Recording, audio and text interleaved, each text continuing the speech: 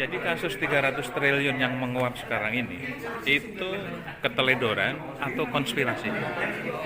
Ah, kasus 300 triliun itu makar embah itu.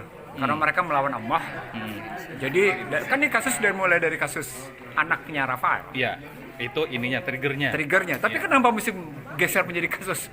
Kan karena orang kemudian ngebongkar kekayaannya Rafael Aluntri Sambodo. Kasus sebenarnya kan kasus antara si anak petinggi Ansor itu, GP Ansor, sama anaknya. Yeah. Kok bergeser larinya kasus pajak? Makar embah. Jadi telah terjadi makar embah itu yang pada kemah itu di beberapa wilayah.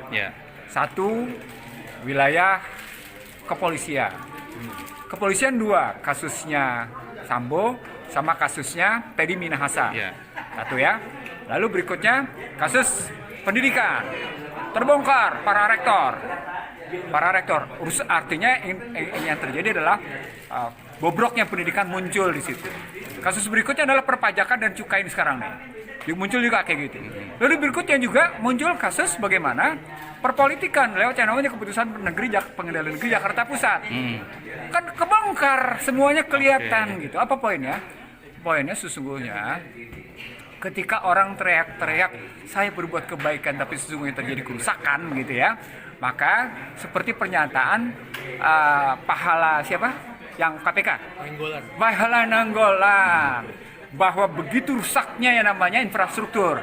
Kan pernyataan ini jelas tuh bagaimana ceritanya. Yang kedua, kebocorannya juga tinggi. Nah, ketika diambil dalam struktur pembiayaan, siapa yang menikmati? Swasta. Benar nggak pernyataan swasta menikmati? Gampang. Pernyataan Sri Mulyani kita balikin. Bahwa biaya logistik tetap tidak bisa bersaing dengan negara tetangga dan tetap tinggi, yakni 23,5% dan kalah bersaing dengan negara tetangga. Selesai. Artinya kasus-kasus yang muncul itu Pak Ihsan menilai ini tangan Tuhan turun ya, karena manusia lagi nggak mampu mengungkap itu ya. Iya. Jadi ada yang saya bilang tadi, Joko Widodo terkena sama ucapannya sendiri. Berbalik dia kena, kan dia bilang dia mungkin mau gitu. Kalau soal SMA segala macam udah dibilang.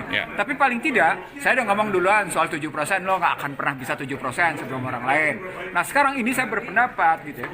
Soal 35.000 juga salah asumsi. 35 megawatt. Listrik itu ya? Salah asumsi, dan itu saya ngomong dulu juga di media center DPR. Salah itu semuanya, dan sekarang terbukti semuanya berantakan semuanya gitu. Itu artinya kembali lagi pemimpin itu harus punya kompetensi tadi ya. Iya. Jadi selain kompetensi tentu soal integritas ya. Kompetensi, integritas, dan paling tidak kejujuran. Kejujuran itu demikian luar biasa dibutuhkan pada seorang. Jadi boleh salah tapi tidak boleh berbohong. Jadi seorang pemimpin dimanapun dia boleh salah. Manusia tidak ada yang sempurna, tapi dilarang keras berbohong.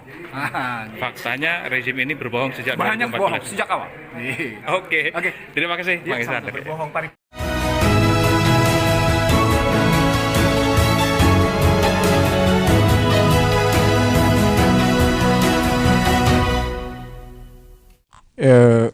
Sebenarnya bukan hanya kasus Komisi 3 yang kayak gini. Tapi kita fokus Komisi 3 dulu. Secara umum, administratif itu memang bisa menjadi palang pintu. Palang pintu. Iya. Jadi bisa, dan itu bukan, makanya saya bilang bukan hanya Komisi 3. Berbagai komisi lain terkadang masalah administratif jadi palang pintu. Dan itu bukan hanya di DPR.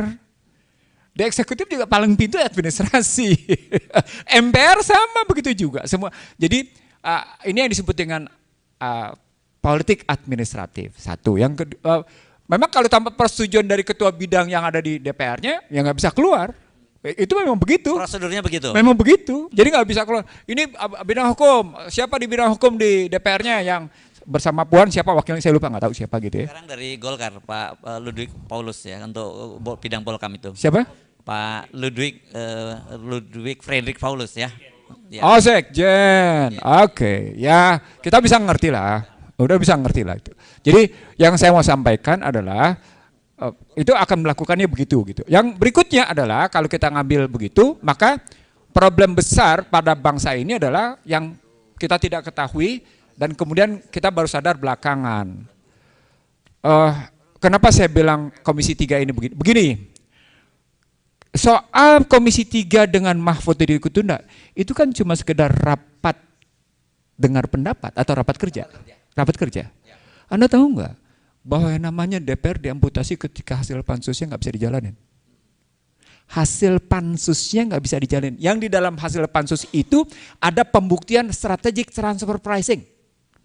Dan itu bukan cuma kerja DPR, itu kerja dari berbagai instansi membuktikan ada pengalihan pendapatan menjadi biaya. Nggak bisa jalan. Jadi soal Komisi 3 terhadap Mahfud sepele. Wong ini ada hasil pansus.